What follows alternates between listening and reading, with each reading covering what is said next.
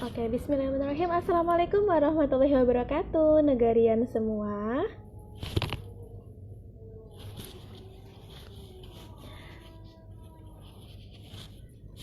Oke, sambil menunggu.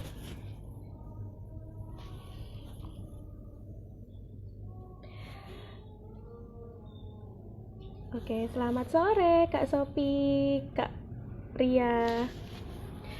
Bismillahirrahmanirrahim, saya ulangi kembali. Assalamualaikum warahmatullahi wabarakatuh. Selamat sore negarian semua.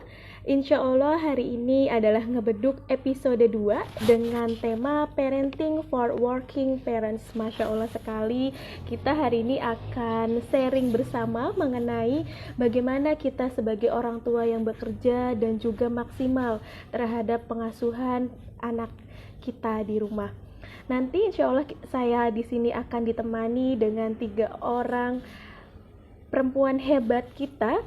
Kemarin kita juga sudah memperingati Hari Kartini dan alhamdulillah hari ini Kartini kita nih yang akan sharing bersama mengenai parenting for working parents. Sebelum kita mulai sharingnya, alangkah baiknya kita berdoa kepada Allah Subhanahu wa Ta'ala agar apa yang kita laksanakan hari ini mendapatkan ridho dan keberkahan bagi kita semua. Berdoa dalam hati, dimulai. Amin, amin ya robbal alamin.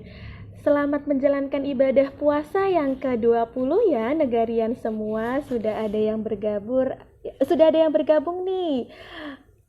Ibu Rifatul, hai Ibu Rifatul, Kak Iva, Kak Ibar.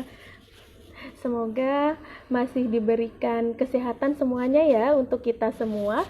Sebelum mulai saya ingatkan kembali kalau misalkan di Negarawan ID itu ada kuis-kuis nih selama acara ngebeduk ini gitu. Dan hadiahnya tuh alhamdulillah ya bagi saya mah sangat menarik sekali gitu. Ada buku-buku yang sangat bagus dan pastinya bermanfaat. Ada nggak apa-apa ya dibocorin sedikit ya, hadiahnya ada buku, ada GoPay juga. Jadi yuk pantengin story dari Negarawan ID, kita bisa ikutin kuis-kuisnya. Dan kuis-kuisnya ini juga sangat bermanfaat kok. Kemarin itu ada kuis-kuis tentang Ramadan, kuis-kuis tentang tebak gambar, dan mau ada kuis apa lagi nih? Yuk negarian semua kita pantengin IG Negarawan ID dan ikuti kuis.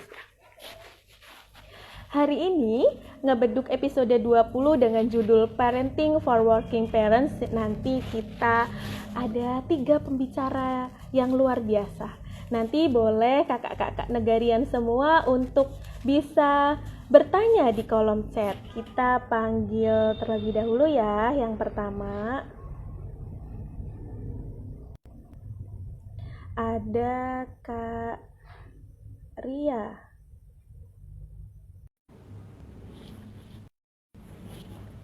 Terus ada Kak Mareza.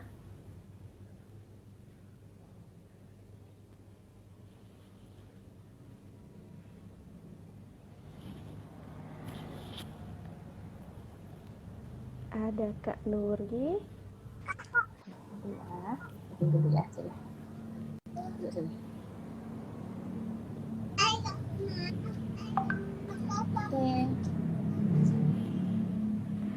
Assalamualaikum Kak Ria. Assalamualaikum Kak Reza. Assalamualaikum warahmatullahi wabarakatuh. Sudah aman kondisi di rumah? Halo adik. Halo, Siapa Mahira. Kak adiknya Kak? Halo, Mahira. Mahira, tante. Ibu guru ini, ibu guru. Tante, Kak juga nggak apa-apa kok. Mbak juga nggak apa-apa kok. Kak Reza anaknya manggilnya kayaknya tante. Aduh sedih banget aku.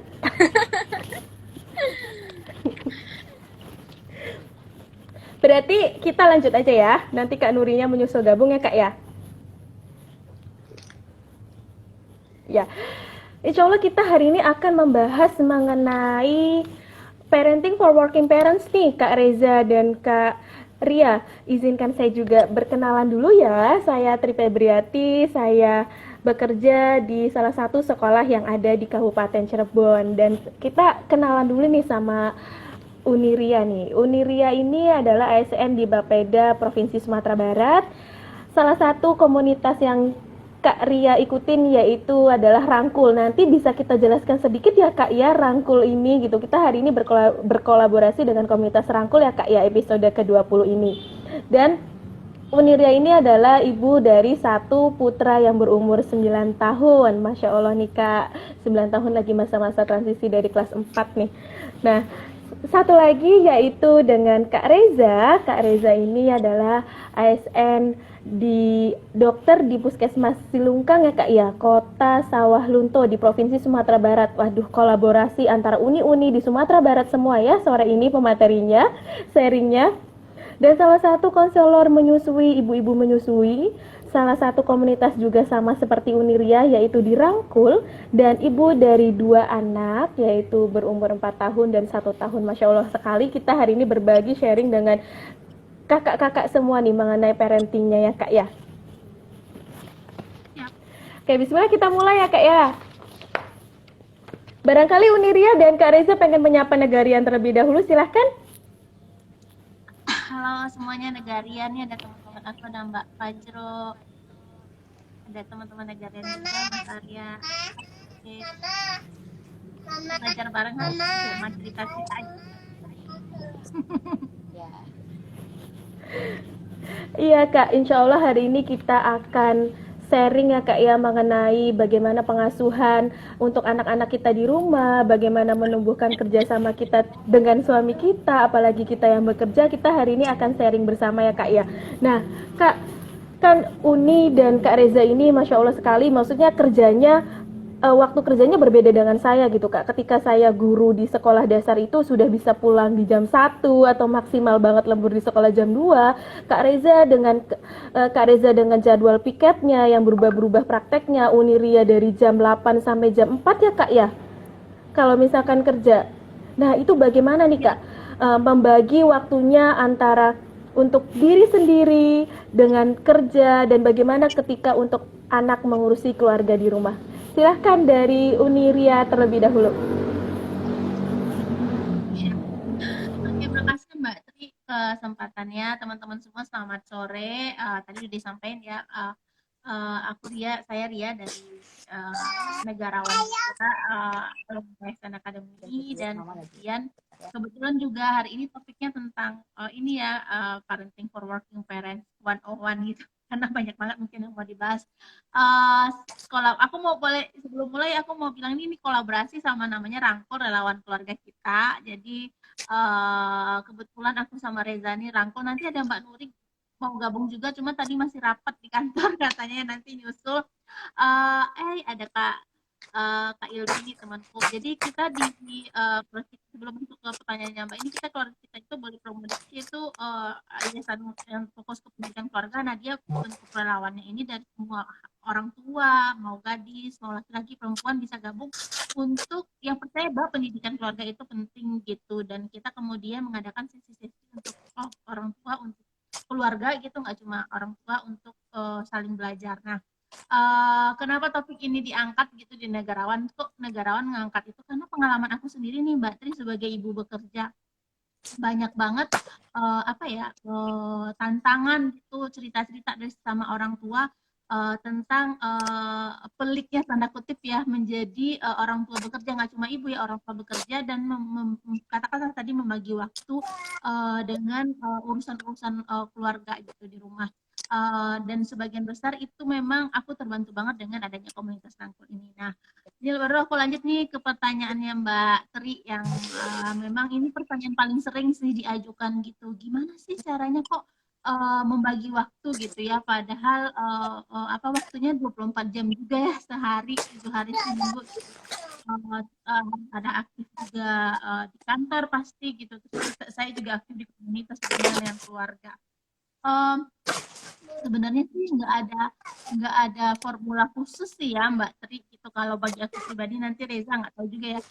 Menurut aku tuh sebagai siapapun kita, mau peran kita jadi orang tua, jadi pekerja, jadi masih gadis atau gimana gitu, kemampuan mengelola waktu itu memang kemampuan yang perlu diasah gitu ya. Jadi kalau aku malah sekarang lebih suka bilangnya manajemen energi dibanding manajemen waktu gitu. Kenapa manajemen energi? Karena ternyata sebenarnya yang perlu kita kelola itu energi kita gitu. Karena waktu toh akan kayak gitu juga gitu. Jadi memang ada kenapa gimana caranya mengelola atau manajemen energi itu ya kita harus memenuhi kebutuhan diri kita dulu, baru kita bisa memanage kebutuhan-kebutuhan lain gitu. Jadi kalau dulu sebelum aku kena rangkul tuh aku merasa tuh kayak egois banget gitu kalau kita jadi orang tua untuk punya waktu untuk diri sendiri gitu atau punya hal-hal yang harus kita lakukan dulu untuk diri sendiri. Karena ternyata ketika kita bisa memenuhi kebutuhan diri kita itu, kita bisa memenuhi kebutuhan anggota keluarga lain dengan lebih baik. Jadi kebutuhan dari itu ya mulai dari kita cukup tidur atau istirahat, kemudian kita cukup makan gitu ya, tidak terlambat makan, terus cukup istirahat itu yang paling penting dua itu. Yang aku masih susah itu olahraga, sebenarnya nanti dimarahin Reza nih. Olahraga juga penting karena ternyata tuh tubuh kita tuh butuh olahraga juga ya. Nah kalau tubuh kita fit, perut kenyang, apalah ya sudah terpenuhi kebutuhan diri kita tuh, kita bisa mengatur waktu, mau memenuhi kebutuhan keluarga itu juga lebih waras gitu dalam tanda kutip ya. Karena gini Mbak Tri dan teman-teman negarawan, menjadi ibu bekerja katakanlah seperti itu atau orang tua bekerja kan kita tadi ada waktu kerja juga 8 jam sehari misalnya ya sampai Jumat. Nah di setelah itu bukan berarti di sela-sela gitu, bukan berarti kita sisa-sisa waktu yang kita berikan di rumah, tapi karena kita udah bisa mengelola energinya bisa jadi sama ketika kita di rumah tuh kita tinggalkan urusan di kantor di pikiran kita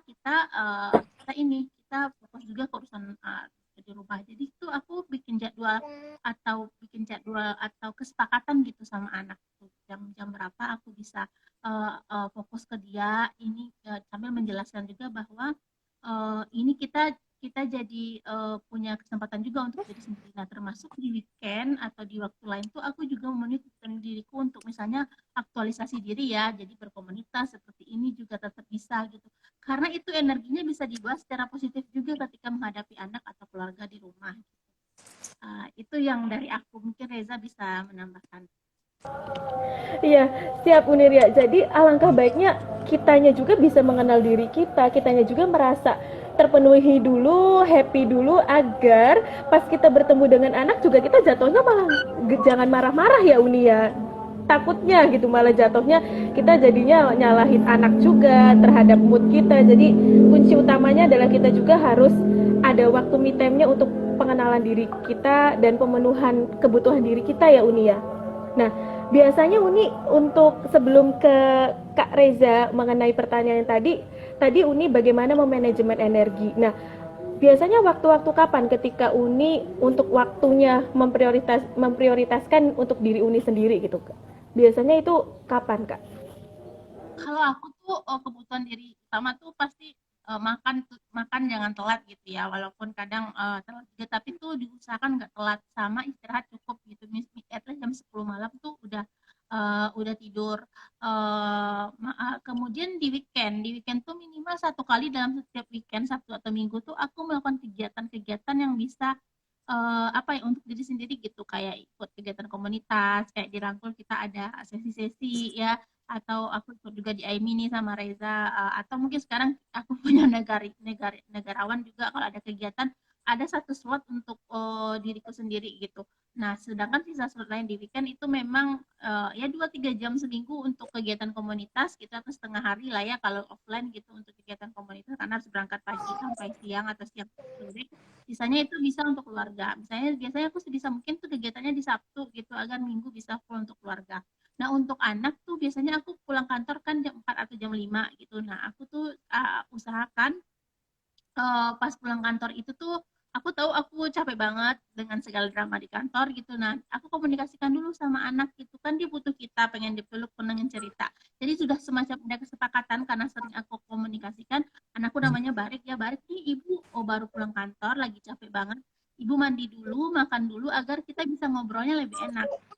Dia udah tahu tuh kalau aku belum mandi, belum makan, aku pasti lagi marah. Bahkan sekarang tuh karena aku pasti akan marah gitu ya, karena kita kan capek gitu. Jadi bahkan sekarang anakku sudah bisa, karena dia 9 tahun, dia bilang gini, kalau aku lagi ini lagi marah-marah nggak jelas, ini ibu belum makan ya gitu. Ibu tuh lagi capek banget ya gitu. Jadi mengenali alarm-alarm dalam tubuh kita itu penting gitu, karena dan kita harus komunikasikan dengan anggota keluarga gitu. Sehingga eh, kalau kalau ke anak itu kita sering sering sounding kayak gitu tuh, jadi dia paham, dia lebih sensitif, dan kita juga sensitif kan dengan kebutuhan dia gitu. Jadi itu dulu sih yang paling kunci gitu. Kebanyakan ibu itu bukan ibu aja sih, orang tua bekerja itu saat apa pulang ke rumah tidak mengkomunikasikan, juga merasa bersalah bilang kalau capek, kalau juga butuh waktu gitu, sehingga tidak terkomunikasi, sehingga anda nggak ngerti ini dia mesti bantu apa juga gitu. Itu dari aku. Oke, siap Uni. Berarti anaknya Uni juga belajar ya untuk saling memahami apa yang dirasakan orang tuanya, apa yang saya ingin saya mau juga. Berarti kuncinya dari Uni adalah saling komunikasi terhadap antar keluarganya ya Uni ya. Kasian juga ya anak udah lama nggak ketemu dengan orang tuanya, pas orang tuanya pulang jatuhnya dimarahin, jatuhnya juga jadinya berantem ya Uninya. Berarti tips terpenting dari Uni adalah saling komunikasi dan mengenal satu sama lain yang terpentingnya ya Uni ya. Terima kasih Uni atas pengalaman ceritanya yang menariknya. Sekarang saya ingin dari Kak Reza, bagaimana Kak Reza membagi waktu untuk urusan antara pekerjaan Kak Reza, kebutuhan dirinya Kak Reza, dan urusan kebutuhan keluarganya Kak Reza. Silahkan Kak Reza. Baik, makasih Mbak Tri. Assalamualaikum, selamat sore semuanya. Negarian yang udah nyaksiin live sore-sore ini. Di sini juga ada teman aku, Meta, lalu juga ada senior aku, Dr. Hari Andrean, spesialis penyakit dalam. Assalamualaikum. Ya, jadi gini, mudah-mudahan hari ini tuh kita bisa berbagi. Yang aku sendiri mungkin kalau dari segi pengalaman itu Uniria tuh lebih senior ya. Lebih senior maksudnya lebih dewasa, lebih dari segi waktu lebih lama pengalamannya. Tapi ya seperti dikatakan kalau dirangkul itu ya Uniria ya, kita itu uh, semuanya itu adalah orang tua, sama-sama orang tua gitu. Siapa belajar ke siapa itu tidak menentukan dari segi umur atau banyaknya pengalaman. Jadi setiap orang tua itu punya cara masing-masing ya. Uniria punya cara gitu kan. Orang tua yang lain itu punya cara, dan ada kalanya uh, aku akan mengadopsi cara Uniria, tentunya dengan cara aku sendiri mengolahnya gitu kan. Ada kalanya Uniria mungkin mengadopsi cara yang aku pakai dan mengolahnya lagi, sehingga nanti timbul cara-cara yang baru, analisa-analisa yang baru untuk tumbuh kembang anak-anak kita gitu. Jadi istilahnya gimana ya Mbak Tria, kita dirangkul itu yang aku rasain. Kalau aku sendiri selama ini mungkin ya uh, waktu itu hampir penuh dengan bertugas ya, karena selain 6 hari kerja dan 7 hari kerja tentunya gitu kan, karena puskesmas aku juga puskesmas rawatan dan ada UGD 24 jam, jadi aku benar-benar memang ada piket sore malamnya, lalu pagi lanjut lagi gitu. Itu memang menyita waktu gitu kan, cuman itu adalah konsekuensi gitu, jalan yang sudah ditempuh dan istilahnya harus dijalani. Tinggal gimana caranya menjalaninya, jangan sampai jadi beban dan jangan banyak korban gitu kan. Kan sayang sekali gitu kan, kita merasa berkorban, maksudnya merasa jadi korban ya, maksudnya berkorban jadi korban, anak jadi korban, semua jadi korban, akhirnya yang terbentuk itu apa ya, suasana keluarga yang kurang kondusif seperti itu. Jadi di Rangkul ini aku banyak belajarnya itu benar-benar kalau tadi Uniria manajemen energi ya, benar itu manajemen energi, karena kita tuh kalau bilang manajemen waktu tuh kita akan pusing membagi waktu 24 jam ini seperti itu kan. uh, kita harus ada di dalamnya, ada tidur sekian jam gitu kan, makan sekian kali gitu, terus nanti harus ada olahraganya sekian menit gitu kan, atau sekian puluh menit, dan harus ada waktu bersama anak sekian gitu. Itu memang susah dilakukan, tapi bagaimana kita memanagenya itu bisa lebih bisa lebih komplit gitu. Ibaratnya kalau paket gitu kan, paket kalau biasanya kita makan ini nasi, ini ayam, ini sekarang ini semuanya udah dalam satu paket komplit gitu. Ada buahnya, ada sayurnya gitu. Manajemen emosi kalau di aku sih lebih banyak ke situ, karena aku mungkin ngerasa tipenya juga agak perfeksionis ya gitu. Maksudnya kalau ada kerjaan, ada tugas itu ya aku harus kerjain dulu gitu. Orang tua atau suami aku bisa baca tuh dari, kalau bahasa Minangnya itu, bahasa Padangnya karik kaniang, kalau bahasa Indonesianya apa ya, kerutan di dahi gitu. Nah, ini kalau kayak gini nih pasti ada yang nggak kelar gitu kan. Pulang-pulang kalau kayak gini nih wajahnya nih pasti ada yang nggak kelar gitu. Mending dikelarin. Iya. Iya. Sebentar ya nak. Jadi menurut aku ya, anak aku di rumah itu sama kayak pasien aku di tempat kerja gitu. Mereka itu nggak mau tahu, maksudnya bukan gini, mereka itu taunya datang, dilayani, kita senyum, memberikan bahasa yang bagus ya. Kita kondisikan ya, mungkin Mbak Tri juga kondisikan kalau datang ke rumah sakit itu harapannya seperti apa gitu ya Mbak ya gitu kan. Dikasih obat, terus dinasehatin baik-baik pelan-pelan. Nah seperti itu. Begitu juga anak di rumah itu kayak gitu. Mereka tuh nggak mau tahu, nggak akan tahu kita tuh tadi habis kerjaannya menumpuk gitu kan, kita belum makan, kita lagi ada masalah dengan rekan kerja atau dengan atasan gitu kan, dengan siapa. Itu mereka taunya pas kita pulang itu mereka menyambut, kita senyum, halo anak-anak gitu kan, udah makan, udah mandi, ini bercerita. Mereka maunya seperti itu. Nah jadi memang rasanya seluruh hidup itu memang buat melayani gitu. Melayani masyarakat, melayani keluarga gitu. Di keluarga melayani suami, melayani anak-anak. Kalau ada kalanya lebih komplit ya kalau di rumah itu ada orang tua atau mertua juga ya, ada sepupu atau siapapun yang di rumah itu pasti akan lebih ekstra lagi membagi dirinya. Jadi seperti Niria bilang tadi ya, kalau aku tipenya kalau belum makan kalau lagi lapar memang lebih sensitif gitu ya, lebih mumet gitu, kalau mau mikir susah gitu. Tapi kalau aku lagi kerja, lagi sibuk kerja juga susah makan. Ibaratnya nggak bisa nih, harus selesai dulu baru makan. Nah itu sebenarnya itu adalah suatu kelemahan buat aku. Tapi dirangkul ini belajar gitu kan. Kalau memang kita ada suatu kebutuhan diri yang harus dipenuhi dulu, itu harus diutamakan dulu. Gitu. Itu di yang lain dikesampingkan, maksudnya kita kondisikan suasana kondisinya seperti yang Uniria katakan, itu memberi pengertian kepada anak. Kalau anak Uniria ya Barik itu luar biasa, itu sudah sangat mandiri kalau aku lihat ya, karena aku kan banyak bergaul dengan Uniria juga dalam beberapa kegiatan. Itu bisa gitu, kalau ada apa-apa itu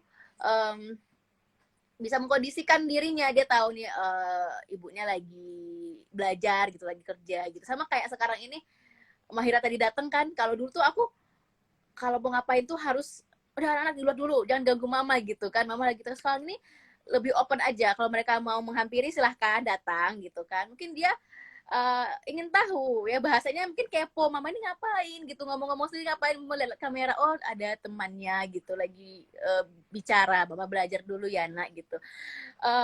Seperti itu gitu, jangan sampai apa ya, pekerjaan atau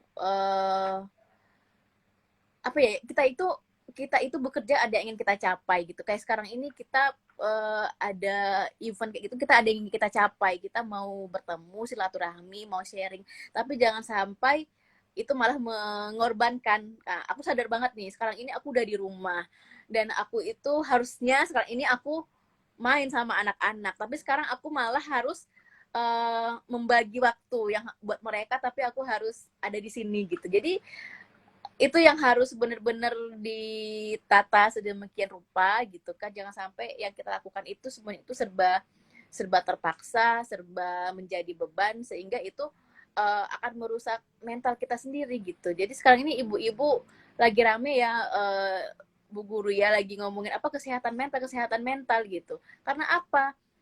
bagi kami ibu bekerja mungkin itu adalah suatu tantangan, tapi bagi ibu-ibu yang di rumah itu mungkin lebih lebih gede lagi tantangannya ya, beda. Kenapa? Mereka 24 jam di rumah bersama anak gitu, tapi tantangan yang lain itu datang.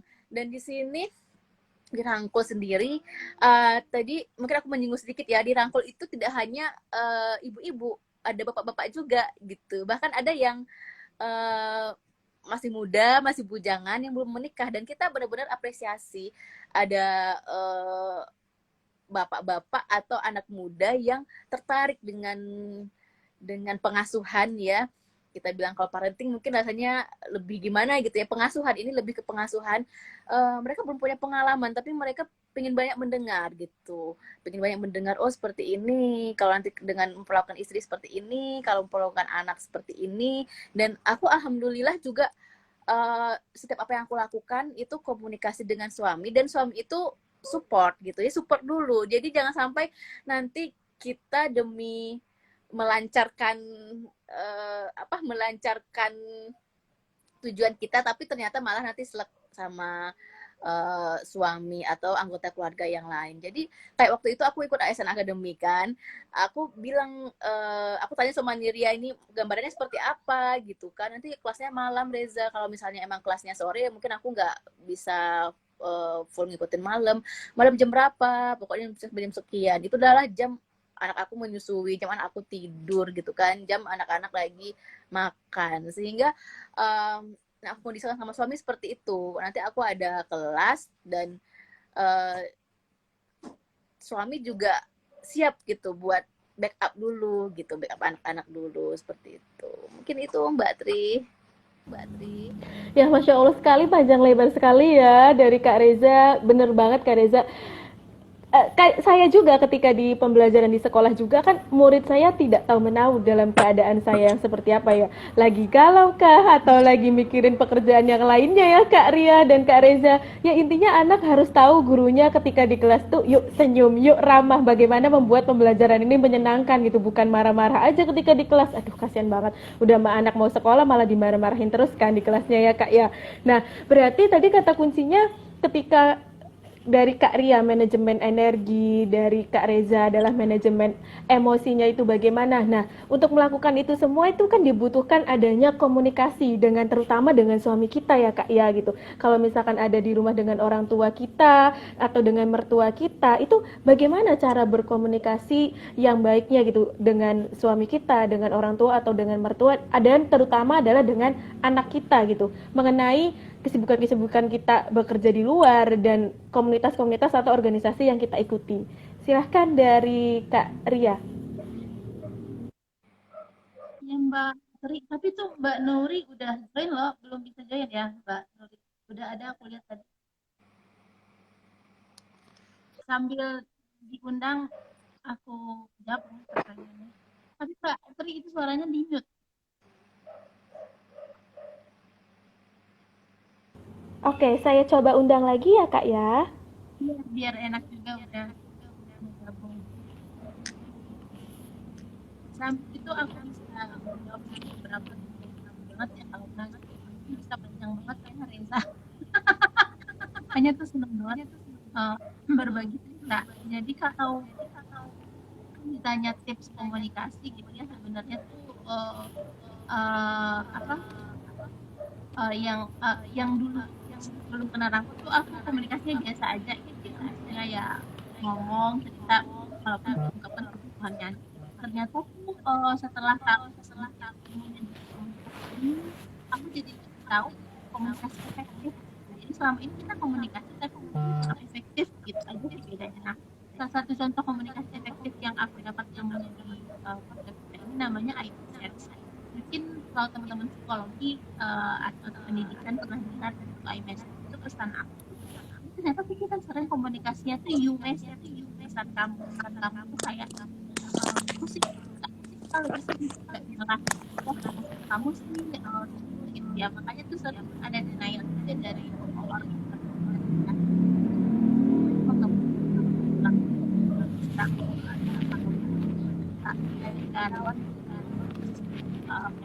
kawan boleh banget ya Rita, langsung di MSS ini nih pesan aku tuh kayak ada gimana kita mengungkapkan kebutuhan kita tanpa harus menghakimi atau menjadi lawan komunikasi yang mau kita komunikasikan. Misalnya kita ungkapkan dulu kebutuhan kita baru disertai alasannya apa gitu. Nah, ini kayak misalnya ada aku merasa saat karena apa gitu. Jadi misalnya nih sama anak ya yang sering aku komunikasikan gitu awal-awal. Kalau sama orang lebih dewasa tuh memang agak lebih susah ya Rita, karena kita dididik dengan cara komunikasi yang selama bertahun-tahun ada. Nah, kalau uh, uh, sama anak gitu, karena anak kan punya judging cara berkomunikasi. Jadi misalnya gini Mbak, anak lagi coba kasih contoh boleh nggak? Yang anak lagi apa ya Rita? Boleh Kak. Kita ada idea nggak contohnya? Mungkin anak lagi dia minta minta beli mainan ya, di uh, diajak keluar padahal kita kan tadi udah nggak bisa beli mainan. Nah, tuh bisa aku merasa atau kita bisa ngomong ibu ya, ibu tuh ibu tuh nggak suka gitu ya, atau ibu tuh sedih kamu minta mainan sekarang karena kamu minta mainan sekarang, ini maunya nanti kita beli mainan sesuai kesepakatan kita di dahulu gitu. Atau apa ya yang agak real sering kejadian sehari-hari kita misalnya anak manjat-manjat gitu ya, manjat anak kecil ya gitu. Itu bisa bilang ini tuh khawatir gitu kamu manjat-manjat di kursi ini karena ini kan di meja ini misalnya, karena ini kan meja meja bukan buat kenapa manjat, tapi ini kursi. Jadi dikasih alasan Iya. kenapa kan apa kekhawatiran. Nah, kalau sama suami misalnya tuh nggak ngasih kabar ya, kita kadang pulang malam gitu ya, ya pada bilang kamu tuh nggak ngasih kabar apa kan dia merasa sakit kan kamu, jadi kamu itu aku tuh khawatir kamu tuh nggak ngasih kabar padahal uh, karena kan kita udah sepakat kalau mau berkabar gitu, atau karena apa gitu yang mungkin aku merasa bla bla bla saat apa perasaan itu muncul karena apa gitu. Maksudnya ada beberapa teknik komunikasi itu daripada kita menasihati lebih baik kita kasih observasi gitu. Ada data-datanya daripada kita kasih nasihat, kita bisa coba untuk berbagi pengalaman gitu ya. Misalnya tuh kayak anak lupa bawa PR ya besoknya gitu. Kalau dulu tuh makanya mama bilangin nggak bilang-bilang kalau ada PR kan jadinya ketinggalan bukunya gitu misalnya. Daripada itu kita bisa kasih sharing pengalaman. Dulu mama juga pernah loh lupa bawa PR terus dimarahin sama guru. Nggak enak kan rasanya gitu. Jadi besok kita nggak jadi dia tahu tuh dia juga diterima kan ada perasaan nggak enaknya gitu. Mamanya juga pernah salah gitu ya. Jadi dia merasa lebih relate gitu. Jadi mungkin merubah gaya komunikasi ini susah karena aku pun masih belajar, kadang masih keceplosan gitu karena kita kan dididik dengan cara komunikasi yang you message dengan nasihat-nasihat yang menjudging gitu. Itu mungkin nanti Iya Kak.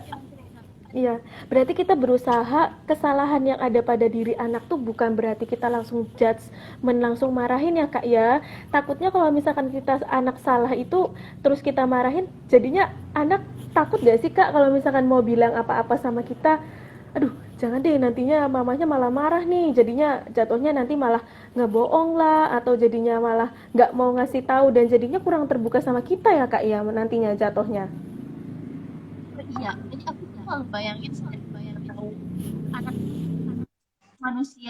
anak juga manusia ya seperti kita gitu, dia punya perasaan, jadi kita posisikan kalau kita dikomunikasikan seperti ini kira-kira nyaman nggak gitu. Anak tuh pasti juga nggak nyaman dia dijudging, dihakimi. Nah, lebih banyak mendengar itu memang PR sih. Kita tuh sering kan keterampilan yang diajar itu misalnya ada public speaking, cara ngomong pasti banyak gitu, tapi cara mendengar yang baik itu kan jarang. Aku pun susah karena kita dididiknya nggak kayak gitu. Jadi memang orang tua tuh lebih banyak mendengar dulu sebelum ambil kesimpulan gitu. Termasuk bereaksi dengan setenang mungkin itu susah gitu. Menerima tanpa drama itu susah gitu. Jadi memang dilatih karena memang anak-anak, jangankan anak-anak kita aja kalau dijudging itu pasti nggak nyaman kan gitu. Begitupun anak-anak gitu, karena apalagi anak-anak ini kan pantas dia emosional, pantas dia mungkin tantrum karena namanya dia masih belajar mengelola emosinya gitu secara tahap perkembangan. Nah, kita sudah dewasa tentu harusnya lebih bisa mengelola emosi. Nah, ini mungkin tips-tips kayak gini nih yang didapat selama berkomunitas di Rangkul yang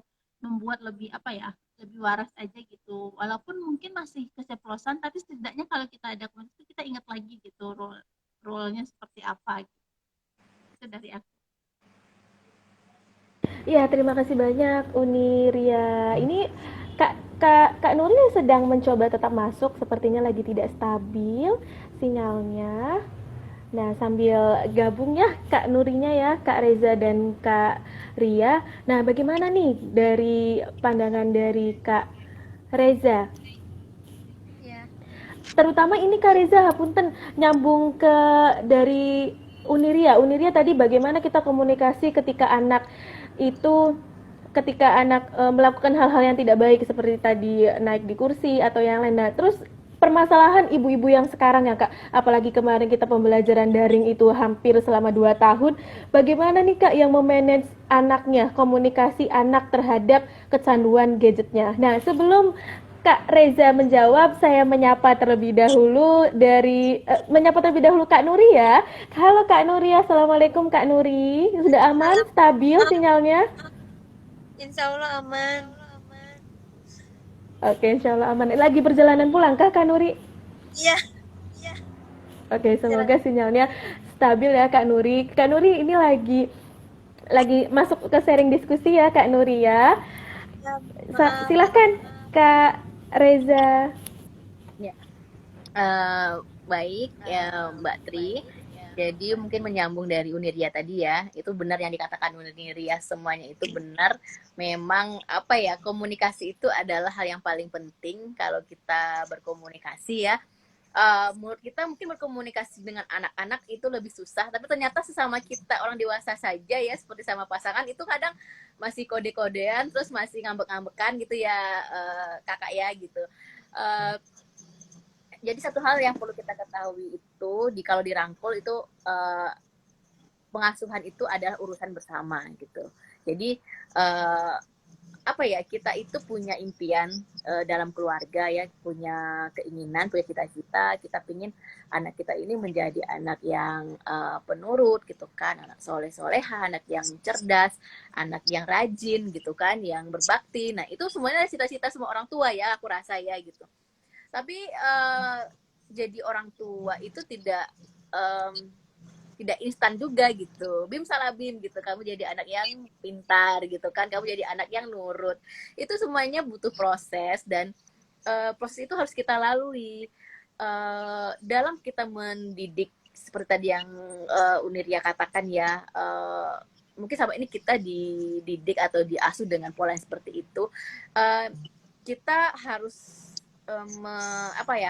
mengintrospeksi atau merenungkan dulu sejauh ini dari diri kita sendiri itu kelemahannya apa, kira-kira apa yang mau kita ubah gitu kan, atau pola asuh yang kita terima sama ini adakah yang harus kita perbaiki untuk anak kita ke depannya supaya nanti jangan sampai seperti kita. Misalnya sekarang ini kita kita temperamen ya, maksudnya suka emosi gitu kan, nah tentu kita nggak mau nanti anak kita juga seperti itu kan. Nah, bagaimana cara kita memperlakukan mereka, jangan sampai nanti ada hal-hal yang rasanya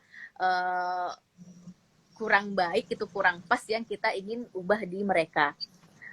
Kepada anak-anak itu kita harus sabar, emang sabar, tapi kita harus memahami gitu. Mereka itu maunya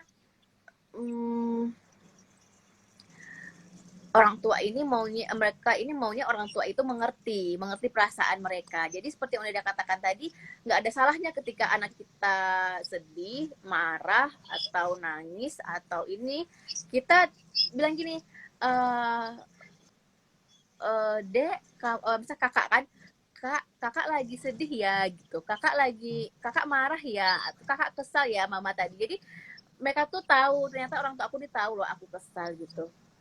Kakak marah ya, kakak kesal ya, tadi mama pulang tidak peluk kakak gitu. Kalau kami biasanya gitu, mama tadi habis periksa pasien, baju mama kotor gitu. Kalau mama peluk kakak, nanti kuman-kuman penyakitnya bisa pindah ke baju kakak gitu, ke pipi kakak. Nah, jadi dia tahu ternyata tadi orang tua aku tuh nyuekin aku langsung masuk kamar mandi tuh ini loh alasannya gitu. Nggak yang ucap masuk kamar mandi terus anak nangis, udah diam dulu, mama mau mandi gitu. Terus habis mandi terus kita tiba-tiba merasa tidak terjadi apa-apa langsung peluk, pasti mereka tuh merasa bingung kan gitu. Tadi aku dicuekin, sekarang aku dipeluk. Nah, pasti ngerasa kita sendiri gitu ya gitu kan. Kalau Maunya apa sih mama saya iya, gitu ya Kak? kita ini aja gitu. Kakak sedih ya tadi mama tidak panggil kakak gitu, tidak perlu kakak. Nah, aku rasa gitu yang kayak gitu-gitu tuh mungkin kesannya itu hal yang remeh ya Uniria ya. Kesannya tuh kayak apa sih gitu, ngulang-ngulang kata-kata gitu, nggak efektif banget gitu. Kalau ngomong ya to the point aja, tapi nggak bisa kalau buat anak-anak itu. Makanya kalau kayak dongeng itu, kenapa ada dongeng? Dongeng itu cuma menyatakan apa, Cinderella hidupnya seperti ini, tapi dia harus digiring dulu gitu kan pada suatu ketika gitu kan, hiduplah seorang ini. Nah, mereka butuh yang seperti itu, dibawa untuk berimajinasi, dibawa untuk di apa ya, emang kayaknya memang mereka yang mereka butuhkan itu adalah interaksi bersama kita sebenarnya gitu ya. Kayak pasien juga gitu ya Uni ya, yang aku alamin kan. Nggak suka kan kita datang berobat terus tiba-tiba cuma dibilang oh ibu sakit perut. Nah, jadi ibu tuh jangan makannya pedas, jangan makannya ini. Pasti suka ibu apa yang ibu rasain, sakit perut, oh iya apalagi bu yang lain. Nah gitu, sebelumnya makan apa, coba ibu ceritakan. Nah, kita dengar dulu nih, ya tadi saya makan ini dong, gini. Itu tadi saya juga apa namanya, minum kopi, habis itu saya muntah. Jadi sebenarnya aku tuh tanpa dia omong panjang lebar, aku tahu ini kayak mbahnya kambuh gini gitu. Aku tinggal resep dah ini obat mahnya gitu. Tapi yang pasien mau itu sebenarnya adalah itu, sebenarnya dia tuh pengen tahu dokternya ini denger apa yang dia bilang, paham apa yang dia rasakan, terus merasa ya udah. Kadang-kadang ada yang bilang dengan ngomong aja tuh udah rasanya udah turun asam lambungnya gitu. Kalau obat mah kan mereka tuh bisa beli ya sebenarnya gitu, tapi ternyata yang dibutuhkan itu sebenarnya adalah pelayanan tadi gitu. Itu kalau aku relatekan sama aktivitas sehari-hari. Iya Kak Reza, berarti seni keterampilan mendengarkannya ya Kak Reza, Ya, bahwa ya kata-kata kayak pasiennya Kak Reza, anak-anak kita sendiri yang paling dekat dengan kita, setiap hari dengan kita, ya kita mencoba untuk mendengarkan apa yang mereka rasakan dan apa yang mereka inginkan. Yang tadi kata Uni juga, validasi emosi yang ada pada diri siswa, karena mereka kok siswa ya, pada diri anak pada diri anak kita ya Kak ya, bahwa mereka belum tahu nih rasanya harus saling menghargai seperti apa, saling sayang seperti apa, saling toleransi seperti apa.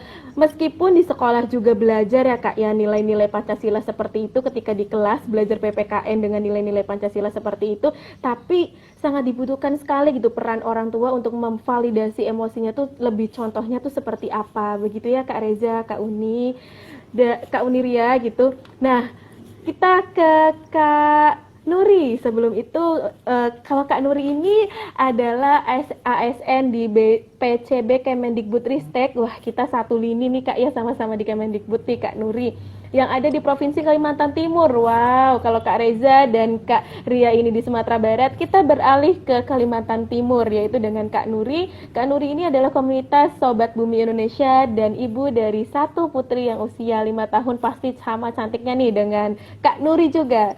Silakan Kak Nuri, bagaimana pendapat dari Kak Nuri, bagaimana cara berkomunikasinya dengan anak dan keluarga di rumah Kak Nuri selama Kak Nuri bekerja di kantor? Silahkan Kak Nuri.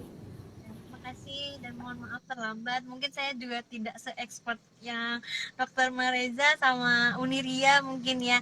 Jadi saya mungkin cuma sharing pengalaman selama ini bekerja dan memiliki anak di rumah yang mungkin waktunya kurang atau sedikit untuk anak, bahkan ketemunya cuma malam hari karena siklus anak saya itu tidurnya cukup malam dan bangunnya siang karena belum sekolah juga. Tapi betul apa katanya Dokter Mareza tadi, untuk bertemu dengan anak terus menjelaskan ke anak tuh harus detail banget, bahwa meskipun dia masih kecil tapi anak saya ini cukup hiperaktif dan banyak bertanya gitu, jadi harus dijelaskan dari awal. Kalau misalnya mama mau berangkat atau dinas, itu harus dijelaskan ini berangkat tujuannya bekerja dan pulangnya kapan dan berapa hari, dan selama berangkat diurus oleh siapa gitu dulu. Jadi harus dijelaskan, kalau enggak bakal nyari gitu atau bakal nangis gitu. Jadi mungkin kalau untuk menghadapi anak harus banyak sabar yang pasti. Terus apalagi yang mungkin eh, ibu mama muda ini ya, atau baru-baru menjadi ibu gitu ya, pasti eh, kurang, masih adaptasinya tuh harus masih lebih banyak lagi gitu, seperti saya gitu. Jadi harus banyak memberikan penjelasan, harus banyak sabar menghadapi anak. Misalnya anak nangis, itu kayaknya harus benar-benar, seorang menjadi ibu itu ujiannya di situ mungkin ya, harus banyak sabar menghadapi anak. Terus kalau manajemen waktunya mungkin eh, yang lebih baik, kalau menurut saya sih quality time, pas ada waktu tuh harus benar-benar kualitas waktu bersama anak, manjain anak. Terus maksudnya apa yang dia mau dalam bentuk kasih sayang, nemenin dia misalnya bacain dongeng, atau nemenin dia misalnya dia lagi sebenarnya nggak tahu sih kalau untuk dari Uniria sama Dokter Malaysia, sebenarnya nonton HP itu boleh nggak sih sebenarnya. Jadi anak saya tuh ada kebiasaan nonton HP, tapi memang agak sulit sih mengatasi itu ya, untuk menonton HP itu ya. Jadi memang saya izinkan tapi tidak full dalam seharian. Jadi kalau misalnya nonton HP itu kita temenin, tapi harusnya konten-kontennya konten yang belajar, seperti itu. Itu aja sih mungkin dari saya sih. Mungkin saran dari Uni dan Dokter Malaysia, gimana sih kalau anak yang candu nonton HP itu wajar nggak sih izinin atau nggak boleh gitu ya? Ya, silahkan Kak Reza atau Kak Ria terlebih dahulu. Silahkan dari Kak Reza terlebih dahulu. Bagaimana nih untuk anaknya Kak Reza, kalau misalkan dari segi waktu pemakaian HP-nya? Dan apalagi banyak siswa saya juga nih Kak, yang kemarin pandemi gitu kan, pembelajaran daring terus, jadinya waktu untuk ke gadget tuh lebih banyak gitu. Silahkan Kak. Ya, oke. Halo Mbak Nuri. Akhirnya ketemu ya kita berempat. Uh, di rangkul kita juga pernah bahas-bahas tentang gadget ya, pemakaian gadget pada anak-anak. Kita itu tidak bisa memisahkan perkembangan zaman ini dengan pola asuh anak kita gitu kan. Di saat HP itu ada dan ada di lingkungan dia gitu kan, terus kita merasa kamu jangan pegang, kamu tidak boleh lihat, kamu tidak boleh nonton, itu tidak bisa. Dan justru anak-anak itu kita boleh perkenalkan dia dengan teknologi ya, apakah itu HP atau TV yang segala macamnya, kita boleh perkenalkan. Mungkin nanti Uniria bisa menambahkan ya. Kita dengan anak itu harus ada kesepakatan gitu ya. Misalnya seperti tadi Mbak Nuri katakan, anaknya boleh nonton HP tapi misalnya sekian menit, dan itu adalah bentuk kesepakatan kita dengan anak gitu.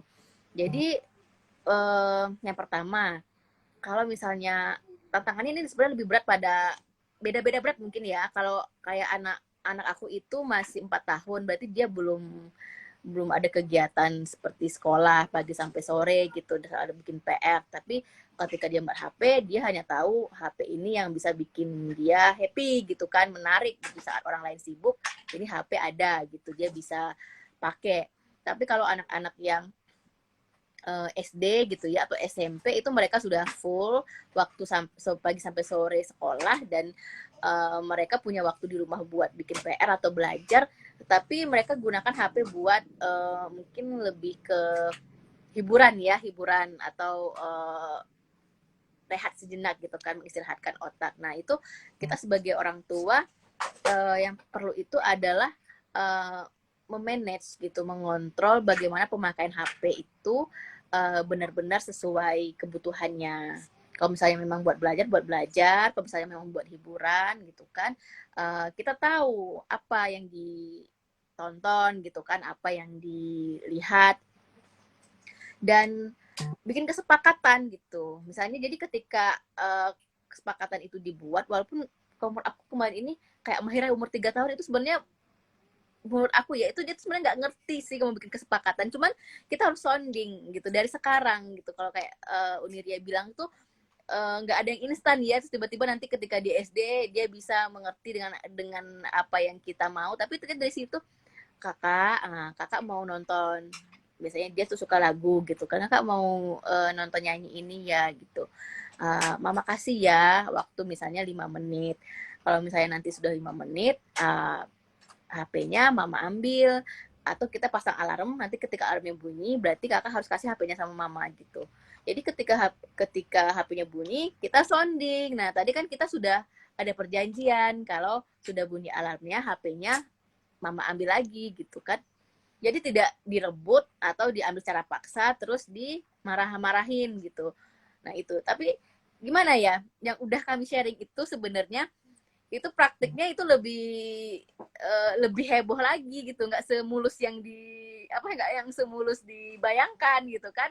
Ada drama-dramanya, nangis-nangisnya, ada tantrum-tantrumnya gitu kan. Oh, enggak, aku mau main HP, aku nggak mau makan, nggak mau mandi, mau main HP gitu kan, sampai HP-nya kadang uh, apa kebanting gitu kan, atau malah mogok pakan gitu tuh, sampai kita juga terpancing emosi. Ya udah kan, akhirnya terjadi kehebohan gitu antara anak dengan orang tuanya. Nah itu dia, jadi prinsipnya sih kita tuh harus, orang tua itu harus cari cara gitu kan. Cara itu nggak cuma satu. Kalau tadi kita udah pakai dengan cara kesepakatan, yang kedua tuh bagaimana caranya dia harus mengerti ternyata waktunya itu sudah habis untuk bermain HP, dan kita harus siap dan konsekuensinya kalau HP-nya sudah kita ambil, dan dia harus ngapain setelah itu. Berarti kan dia kalau mau main kan dia butuh lawan main gitu kan. Apakah itu kita bacakan dongeng atau kita mau bermain bersama gitu kan, ada permainan Lego segala macamnya. Dan kalau misalnya kita ambil HP terus kita tinggal, dia sendirian mono, aku mau ngapain, HP ku diambil, mama pergi gitu, aku mau ngapain, akhirnya kesel kan anaknya. Nah menurut aku sih gitu Bu Guru, mungkin nanti Uniria bisa menambahkan. Iya Kak, kadang kita udah membuat kesepakatan dengan anak di rumah ya, kayak saya juga kalau misalkan di kelas juga membuat kesepakatan ketika di kelas siapa yang ngomong kasar, siapa yang menjahili temannya, tetap aja ada aja yang langgar gitu kan. Nah berarti kesepakatan anak juga tetap perlu dilakukan ya Kak ya. Selain kesepakatan anak pun juga cara-cara lain yang bisa kita lakukan ya Kak ya, yang tadi kata Kak Reza tadi. Tapi itu juga balik lagi ya Kak ya, bagaimana tentang kondisi anaknya, kan setiap anak juga kan beda-beda, bagaimana keadaan psikologis anaknya juga kan tetap beda-beda ya Kak ya. Jadi kita sebagai seorang ibu juga memang harus banyak cara nih Uni. Nah berarti bagaimana kalau caranya Kak Ria? Ya, makasih Mbak Tri ya, sama teman-teman. Reza tadi menambahkan pengasuhan di dunia digital ini memang sekarang sedang hot banget ya dibahas gitu, karena apalagi sejak pandemi ya, dimana kita memang terpapar begitu banyak informasi juga penggunaan gawai yang sangat tinggi intensitasnya dibanding untuk anak. Ini menjadi menantang gitu ya, karena adanya gap generation, katakanlah seperti itu ya, anak-anak yang mungkin anak-anak kita, anak-anak saya, teman-teman negarian, yang anak-anak dilahirkan tahun 2010 ke atas kan disebut dengan generasi alpha ya. Mereka itu kan digital native gitu. Kita ini cuma digital imigran. Kita ini cuma pendatang di dunia digital. Sedangkan anak-anak kita itu yang sekarang mungkin lahir 2010 ke atas, katakanlah seperti itu kan mereka native, mereka lahir bahkan sejak hamil sudah ada dunia digital ini gitu, internet dan sebagainya. Nah mau tak mau memang ini situasi yang tidak bisa kita kemudian kita bilang aku tuh termasuk yang sepakat gitu, jika digunakan secara bijak dan bisa dikelola dengan baik di dunia digital ini memberikan manfaat yang sangat besar, bahkan termasuk untuk pengasuhan. Nah di keluarga kita percaya bahwa komunikasi itu kunci gitu. Jadi gunakan memang komunikasi efektif. Dan itu tidak bisa sekali, dua kali selesai dengan cara berkomunikasi yang tadi ada beberapa tips itu ya, pakai iMessage, dengan observasi, berbagi pengalaman dan lain sebagainya. Dan termasuk aku mau kesepakatan tadi itu kunci untuk disiplin positif. Aku mau highlight soal kesepakatan ini. Mbak Nuri bilang dia bisa diundang, Mbak Tri. Sering kita berasumsi kesepakatan itu kayak aturan gitu ya, kayak peraturan. Itu dua hal yang berbeda, Bapak Ibu. Jadi kalau aturan itu disiapkan sepihak. Mohon maaf ya, kita sering bilang udah ada nih kesepakatan. Let's say Mbak Tri tadi bilang anak-anak nggak boleh ngomong gitu, atau di rumah tuh main gawai 2 jam sehari. Apakah itu kesepakatan atau aturan dari orang tua? Jadi ketika anak dilibatkan dalam menyusun kesepakatan itu, dia akan merasa dilibatkan, dia akan merasa itu yang dia Nanti kita beli yang baru ya. Iya.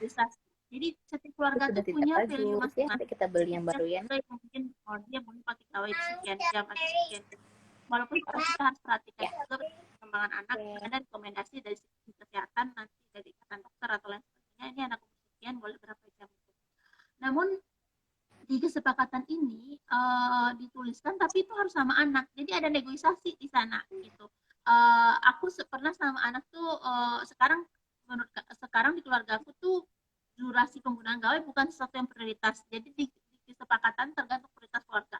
Kalau kita anggap durasi itu prioritas, kita harus perhatikan ini alasannya. Ini mama kita cuma 3 jam, cuma 2 jam ya, bisa 1 jam sehari misalnya ya, kata mama papanya. Terus kata anaknya, mama mau ditambah lagi nih jadi 2 jam, mama tuh negosiasi. Terus kita jelasin kenapa nggak boleh, kenapa kita cuma tawarkan sekian, karena mama khawatir pakai komunikasi lagi, kamu terlalu lama pegang gawai nanti mata kamu gitu. Atau kita harus riset dulu nih jadi orang tua, kenapa kita ngasih suatu tawaran kepada anak. Jadi kita riset dulu. Nah, yang itu kan orang tua pengen instan, cepat anaknya patuh apa. Pada anak-anak itu kan dia juga kritis. Jadi kita kasih tahu. Dan kesepakatan itu ditulis. Kalau perlu ditandatangani bareng-bareng, ditempel di tengah rumah gitu, sehingga anak merasa ini milik bersama. Dan juga mengaturnya nggak cuma mengatur dia gitu, dalam tanda kutip ya, tapi kesepakatan untuk seluruh anggota keluarga. Misalnya tuh mamanya nggak boleh lihat handphone juga saat ngobrol sama dia, itu juga dituliskan. Jadi anak merasa itu milik bersama. Nah, itu tergantung prioritas keluarga. Kayak aku sekarang itu udah di level kesepakatan terkait gawai itu tidak dituliskan lagi karena sudah bisa diingatkan tanpa harus ada tulisan. Ini kan butuh proses gitu, tiap keluarga punya. Nah, itu yang suka lupa itu kesepakatan itu, dan itu bisa dievaluasi juga Mbak Tri. Kita kan suka ini udah bikin berapa lama, 2 minggu ya, 2 minggu belum, kita coba dulu sebulan misalnya, kemudian ternyata ada hal yang sulit, kita evaluasi kesepakatan tadi, kita revisi gitu. Nah ini ternyata ada ilmunya juga ya, kan suka kayak gitu. Kemudian komunikasi tadi efektif dan durasinya tetap perhatikan sesuai dengan usia anak. Yang juga suka harus orang tua siapkan dengan pengasuhan di dunia digital ini adalah memberikan informasi kepada anak tentang etika di dunia digital. Jadi tergantung usia anak ya, aku udah komunikasikan sama anakku. Misalnya dia buka YouTube, terus ada orang komen gak sopan. Atau dia punya channel sendiri dulu gitu ya, sekarang gak aktif lagi. Terus ada yang ngasih jempol ke bawah. Kita jelasin gitu, kalau di dunia digital, itu sama halnya dengan dunia nyata. Ada orang yang gak suka sama kita, ada orang yang komennya itu tidak menyenangkan, ada orang yang mengapresiasi kita gitu, dan itu sesuatu yang wajar. Terus ada orang yang pakai kata-kata yang mungkin tidak dipakai di rumah kita, tapi it's fine karena setiap orang punya bahasa apa kata-kata yang dia ucapkan itu karena sesuai dengan gimana dia diasuh gitu. Jadi memang jadi orang tua tuh kitanya jadi dituntut banyak belajar gitu. Itu soal dunia kita ini panjang banget sih sebenarnya, ada sesinya juga dirangkum diikut ya promo. Jadi yang paling efektif itu memang komunikasi dan penerapan disiplin tanpa hukuman dan ancaman. Jadi kalau kita percaya tuh disiplin positif Mbak Tri, tanpa hukuman dan ancaman, tanpa sogokan. Anak harus, karena sebesar apapun hukuman kita atau ancaman kita, kemudian atau kita sogok dengan suatu barang gitu, itu nggak bakal efektif karena anak tidak tahu alasan alasannya apa, motivasi internalnya apa gitu. Dan itu kunci untuk dia tahu motivasi internal melakukan sesuatu. Dia tahu kenapa sih harus dibatasi main gawai tanpa harus, kalau kamu berhenti main gawai 2 jam aja mama kasih hadiah A gitu ya. Itu kan nggak relate banget ya antara dia berhenti main gawai sama hadiahnya, nggak ada. Kalau kalau kalau ke konsekuensi itu kamu cukup 2 aja sehari misalnya karena kita sepakat, nanti kalau kamu lebih 2 jam konsekuensinya bisa dikurangi jam buat besok. Itu kan berhubungan sama kesalahan. Nah kita suka lupa tuh ngasih hukuman sama sogokan yang nggak berhubungan sama kesalahan gitu. Jadi itu nggak efektif karena dia nggak tahu alasannya apa gitu. Jadi kita harus percaya anak pintar, anak tuh bisa dikomunikasi, dan kita juga harus percaya diri kita bisa mencari pola komunikasi yang pasti, cari cara tadi. Jadi kalau gawainya aku 2 aja sih, komunikasi sama kesepakatan, tapi kesepakatannya itu tadi harus kedua belah pihak bersepakat, bukan satu pihak aja. Oke Kak, berarti ketika kita membuat kesepakatan dengan anak, yuk mari libatkan anak, yuk mari kita ajak ngobrol anaknya, kira-kira reward and punishment-nya apa nih gitu. Jangan sampai udah mah aturan dari kita juga kata Uniria juga baiknya juga, yuk kita jangan apa-apa menghukum, apa-apa mengancam, dan apa-apa memberikan sogokan tanpa tahu nih makna untuk anaknya itu apa gitu ya Kak ya. Jadi kasarnya ya kita memberikan perlakuan tapi anaknya juga tidak tahu gitu apa sih makna yang diberikan perlakuan untuk diberikan perlakuan itu gitu ya Kak ya. Jadi alangkah baiknya ya kita diskusi bersama, kita sharing bersama juga sama anak, dan sambil kita juga memvalidasi emosi yang tadi yang Kak Ria sudah diskusikan tadi ya Kak ya. Dari melalui hal-hal yang sederhana ini kita juga bisa mengenal karakter anaknya, bagaimana anaknya juga bisa belajar berkomunikasi dan saling menghargai satu sama lain mengenai kesepakatan yang telah dibuat. Lalu yang tadi Uni bilang, Uni ada evaluasinya nih. Itu rentang waktu evaluasinya seperti apa ya Kak? Ya maksudnya sepekan sekalikah lalu kita diskusi bersama evaluasi atau bagaimana Kak? Proses ininya implementasinya di keluarganya Kak?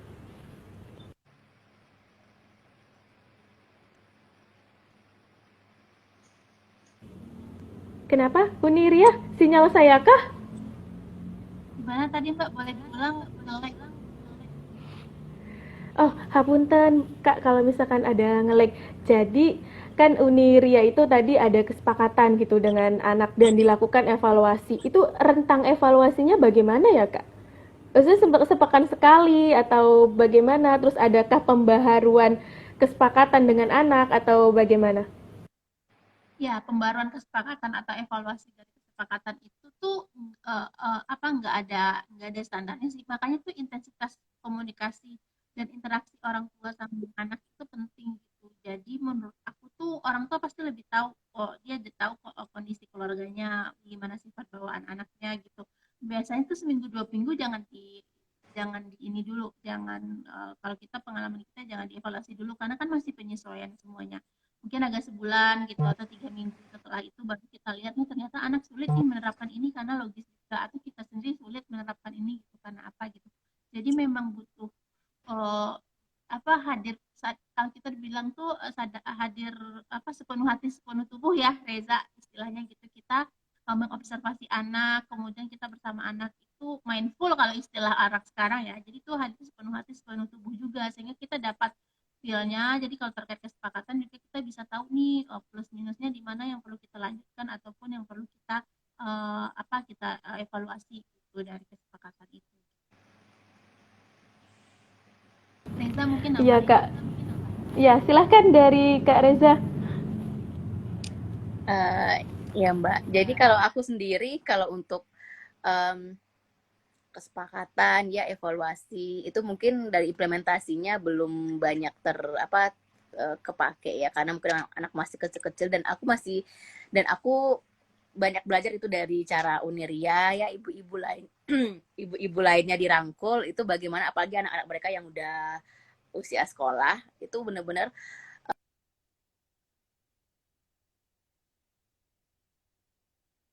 Halo? dan bisa gitu. Tapi sejauh ini harus tetap disounding gitu. Walaupun sebenarnya kalau anak-anak usia prasekolah ya itu mungkin mereka lebih kalau dibilang itu itu susah negosiasinya gitu, susah diajak kompromi karena mereka secara egonya tuh masih tinggi. Mereka hanya tahu kalau mau main ya main gitu kan, kalau mau nonton ya nonton gitu. Tapi tetap harus disounding pelan-pelan. Itu sih. Dan kalau di Rangkul itu kita punya prinsip pengasuhan itu cinta. Cinta, C itu cari cara, I tingkat impian tinggi, N menerima tanpa drama, T tidak takut salah, dan A asik bermain bersama. Nah, itu cukup 5 itu aja tuh sebenarnya tuh kita udah uh, apa ya, udah usaha buat menjadi yang terbaik buat anak-anak kita, karena yang kelima-limanya itu butuh kita, yang dikatakan tadi Uniria katakan ya sepenuh hati sepenuh tubuh gitu. Emang harus dari kitanya ke anak itu emang harus gimana ya, intim gitu. Iya, jadi maksudnya tuh bukan kayak kita lah ya, kita kalau kontak dengan sahabat yang benar-benar kok pasti kita kan lebih intim kan, kita lebih banyak melibatkan perasaan.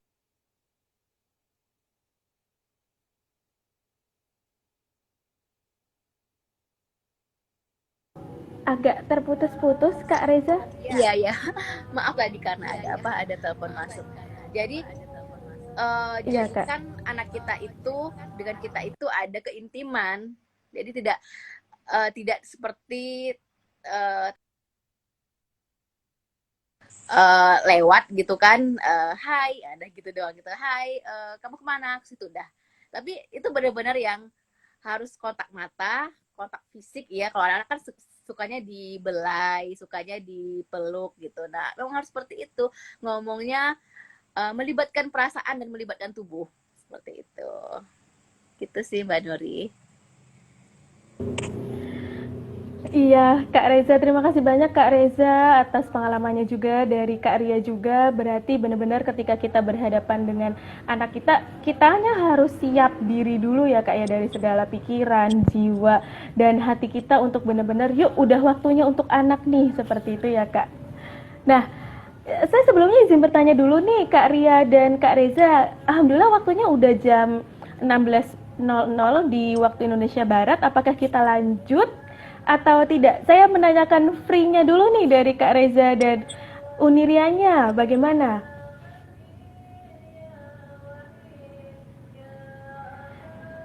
Nggak keluar suaranya Uniria. Mungkin satu pertanyaan lagi Kak. Oke. Atau Oke, siap.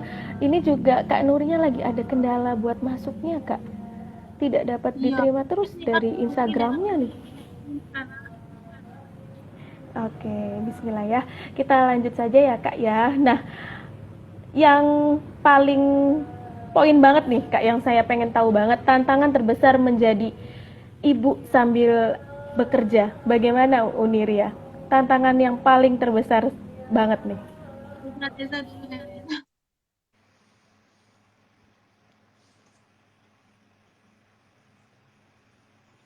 Silahkan Kak Reza, boleh Kak Reza. Tantangan terbesar banget nih Kak Reza selama menjadi berperan sebagai ibu dan juga sebagai kita bekerja juga dan ikut kegiatan yang lainnya, bagaimana Kak tantangan terbesarnya Kak? Baik Mbak Tri.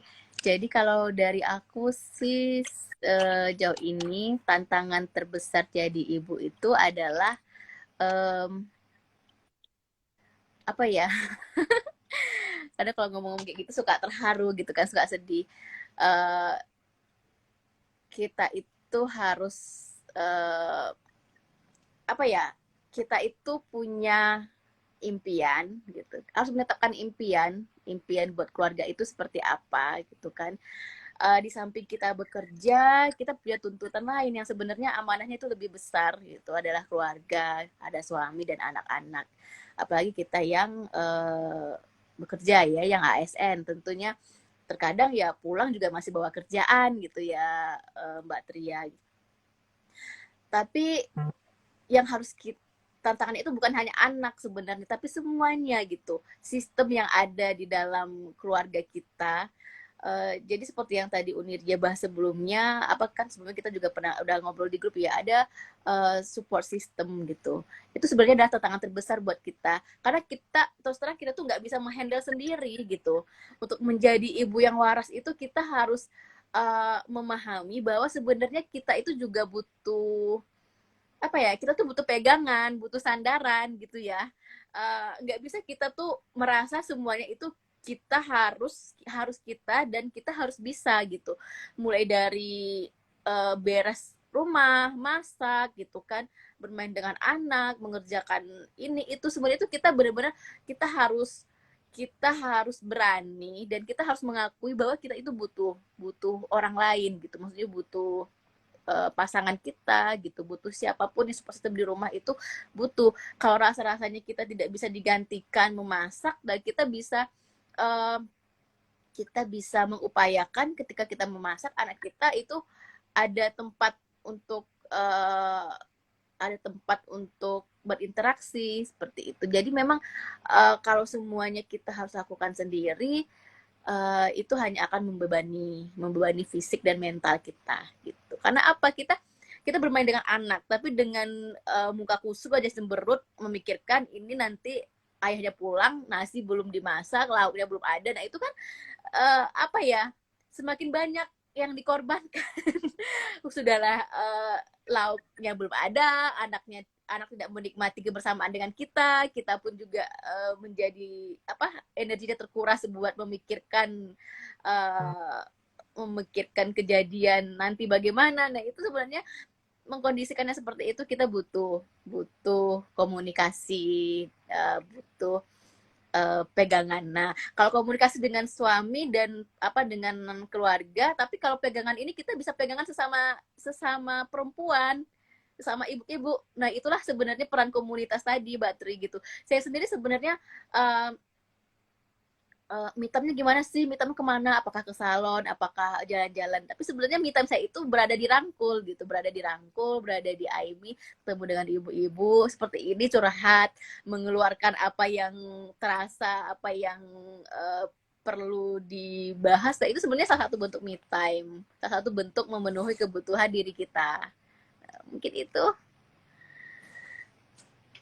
Iya Kak, berarti ikut kegiatan lain yang bisa mengupgrade diri dan merefresh pikiran kita juga sangat perlu ya Kak. Dan terutama itu yang poin paling pentingnya adalah support system ya Kak Reza, dengan suaminya Kak Reza atau dengan keluarga yang lainnya. Dan dari tadi kita banyak banget nih ilmu-ilmu yang ada di Rangkul gitu. Dari tadi kakak-kakak semua ngomongin Rangkul, apa nama IG Rangkulnya Kak untuk Negarian ini, barangkali ingin kepo-kepo nih di IG-nya. Silahkan Uniria sambil menjawab pertanyaan yang tadi juga. Ya, ini sebenarnya pertanyaan menantang, tantangan. Kalau dulu tantangannya memang rata-rata mirip ya, kayak bagi waktu dan sebagainya. Nah, kalau sekarang tuh aku yang paling menantang itu sih menghadapi judging sekitar gitu, seolah kalau jadi ibu dan jadi pegawai gitu ya, atau ibu bekerja itu tuh kayak dua hal yang harus dipilih gitu. Maksudnya tidak ada yang lebih baik dari satu. Jadi kalau dia bagus jadi ibu pasti dia tuh di kerjaannya nggak oke, atau sebaliknya kerjanya oke, dia pasti meninggalkan perannya jadi ibu atau jadi orang tua gitu ya, karena bapak-bapak pasti juga menantang juga, tapi jadi ibu tuh lebih berat bebannya karena seolah beban ganda pengasuhan itu kan sering sama ibu. Aku tuh merasa judging itu lebih menantang sekarang dibanding itu, sama. Dan kemudian kita harus mengelola ekspektasi kita, tapi balik lagi kata Reza tadi, dengan adanya komunitas support system, sama lah kayak kita jadi ASN ketemu negarawan sebagai support system kita untuk menghadapi berbagai tantangan sebagai ASN. Nah, kami mau promosi juga nih, ada Rangkul Keluarga Kita, @Rangkul Keluarga Kita, yang merupakan komunitas yang berisi tidak hanya orang tua, juga boleh masih gadis, masih bujang, malah masih banyak ada yang bujang-bujang juga, yang percaya bahwa pengasuhan ini urusan bersama, bahwa dengan terlibat dalam pendidikan keluarga ini kita berkontribusi untuk masa depan bangsa. Kita ngadain sesi-sesi berbagi cerita kayak gini, membantu orang tua, dan tujuannya itu bukan cuma belajar parenting atau belajar pengasuhan, tapi merubah perilaku. Jadi memang sedikit tapi berubah lebih baik daripada kita dapat banyak tapi nggak berubah. Jadi teman-teman yang mau bergabung saat ini, Rangkul lagi open recruitment nih, untuk jadi relawannya boleh nanti cek di akun @rangkul keluarga kita untuk bisa dapat informasi. Ada pendaftarannya di bit.ly/daftar rangkul 2022. Kalau mau join biar berbarengan. Jadi sebagai pekerja ASN-nya kita punya negarawan, keluarga atau orang tua, kita bisa dirangkul. Ini cocok banget soalnya sejalan juga dengan negarawan yang sebagai support group. Mungkin itu aja sih Mbak Tri. Ini tiba-tiba aku lihat berarti bateraiku mati ya, karena ini tinggal 3%. Waduh, apa kita udahan aja nih, Uni? Penutupan, closing statement nih, Uni. Kalau closing statement aku sih, peran apapun yang kita jalani pasti banyak tantangannya, mau jadi pegawai, mau jadi ASN. Tapi yang paling penting itu kita mesti temu kawan sejalan.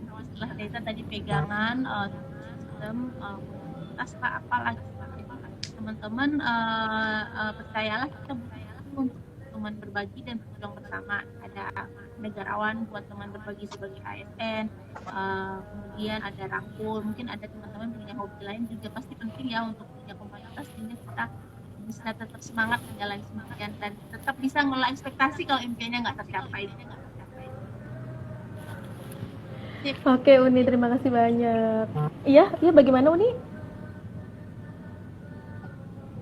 Sudah? Oke Uni, berarti kita harus benar mengelola ekspektasi kita, mengelola emosi diri kita, dan bagaimana kita untuk mengelola emosi ya Uni terhadap judging dari tetangga kita atau bahkan orang lain. Kadang banyak banget nih yang curhat tuh, teman saya tuh Uni. Kalau jadi beliau itu dulunya bekerja, kok bekerja terus sih gitu, anaknya nggak kasihan apa gitu dititipin ke orang lain gitu. Terus giliran teman sayanya ini resign dari pekerjaannya, sayang banget sih sarjana kok cuman di rumah aja gitu. Aduh, serba salah ya gitu. Salah satu teman saya ini gitu. Jadi ada anggapan judging seperti itu gitu tuh Uni dari tetangga mengenai pola asuh anak, kan padahal kan kita juga kan tidak tahu ya bagaimana di keluarganya gitu, kebutuhan di keluarganya dan pola asuh di keluarganya. Begitu Uni, terima kasih banyak Uni atas sharing-sharingnya ya untuk sore ini. Barangkali udah ke lift duluan nih. Nah, silahkan closing statement dari Kak Reza. Ya terima kasih Mbak Tri. Ya Mbak Tri benar-benar Mbak Tri bawaannya semangat terus ya, walaupun di closing statement masih energik. Kalau dari aku sih tadi udah mewakili banyak dari Uniria. Lebih ke ini, jadi pengasuhan itu adalah urusan bersama dan kita harus cari tempat berpegangan.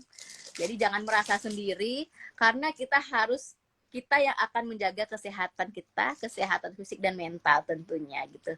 Kayak yang Mbak Tri katakan tadi, kita sesama perempuan, apalagi ya kalau bisa tidak berkomentar terhadap ibu-ibu yang lainnya yang sifatnya negatif. Seperti tadi kan kamu bekerja cari uang tapi anak kamu titipin. Nah itu sebenarnya itu salah satu bentuk serangan mental buat ibu-ibu gitu. Karena apapun yang terjadi dalam keluarga kita tidak tahu apa sebenarnya yang terjadi. Kenapa dia harus bekerja? Apakah dia harus resign? Apakah anaknya begini begitu? Kita tidak bisa menghakimi, karena beda keluarga itu beda permasalahan dan beda kondisinya, tidak bisa disamakan. Itu makanya kalau kita ikut rangkul itu kita itu mendengar dan kita bisa merasakan, kita bisa adopsi, kita bisa tidak terima. Nah, itu melibatkan banyak perasaan di sana. Nah, itu sebenarnya asiknya ada ya di rangkul. Karena apa? Kita bisa lihat ternyata yang dirasakan orang lain itu mirip atau bahkan mungkin lebih berat daripada kita. Nah, gitu. Jadi kalau suatu saat nanti kita butuh cara untuk menghadapi kondisi yang sama, kita sudah ada ilmunya, sudah ada sharing dari teman kita. Gitu. Terima kasih Mbak Tri. Makasih Uniria. Iya, terima kasih banyak Kak Reza dan Kak Ria. Terima kasih banyak atas kesempatannya. Kita berbagi sharing hampir 90 menit, kita berbagi sharing. Ya Allah, Masya Allah banget, banyak sekali pikiran-pikiran dari Uniria dan dari Kak Reza yang membuat saya nanti belajar ketika nanti berumah tangga lagi. Ya Allah, Masya Allah banget, kebermanfaatan hari ini ya sangat luar biasa sekali. Sore ini kita ngabuburit dengan ilmu-ilmu berbagi berbagi pengasuhan terhadap anak kita di rumah ya Uni ya. Terima kasih banyak Uni atas kesempatannya. Semoga dilancarkan Uni Ria dan Kak Reza, segala amanah apapun semoga dilancarkan, sehat-sehat. Amin.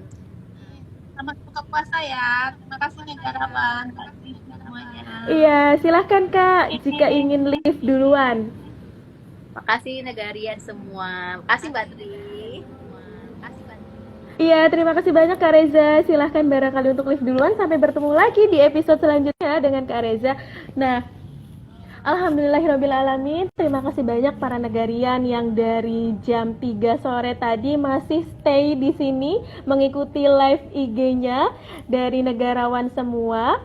Dari IG negarawan. Terima kasih banyak negarian semua. Jadi hari ini kita banyak sekali ilmu yang kita dapatkan mengenai bagaimana parenting di rumah, kita sibuk bekerja. Tadi yang paling terpenting adalah izin untuk menyimpulkan, kita harus mengenal diri kita terlebih dahulu sebelum kita bertemu dengan anak dan anggota keluarga yang lainnya. Setiap orang tua pasti punya cara masing-masing ya mendidik anaknya di rumah dengan cara yang masing-masing, tetapi insya Allah dengan caranya tersebut untuk kebaikan untuk anak kita di rumah. Yang paling terpenting adalah silahkan untuk memanajemen emosi kita, memanajemen diri kita, memanajemen energi kita agar kita bisa menyelesaikan segala peran kita dan memaksimalkan peran kita di rumah ataupun di tempat kita bekerja. Dan yang paling penting adalah yuk kita tingkatkan keterampilan mendengarkan kita, keterampilan mendengarkan terhadap anak kita, terhadap anggota keluarga orang lain, dan keterampilan mendengarkan apa sih yang sebenarnya diri kita apa yang diri kita mau, seperti itu.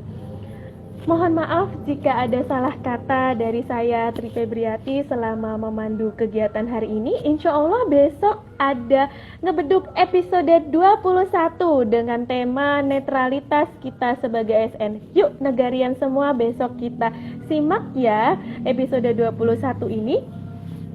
Bagi negarian semua, semoga apa yang kita pelajari hari ini mendapatkan keberkahan dari Allah Subhanahu wa Ta'ala dan kebermanfaatan untuk diri kita. Dan pasti saya banyak salah dalam memandu acara ini karena kesempurnaan milik Allah, dan kalau misalkan lagu Kesempurnaan Cipta itu pasti milik Rizky Febrian. Sampai bertemu lagi di episode selanjutnya. Wassalamualaikum warahmatullahi wabarakatuh. Dadah.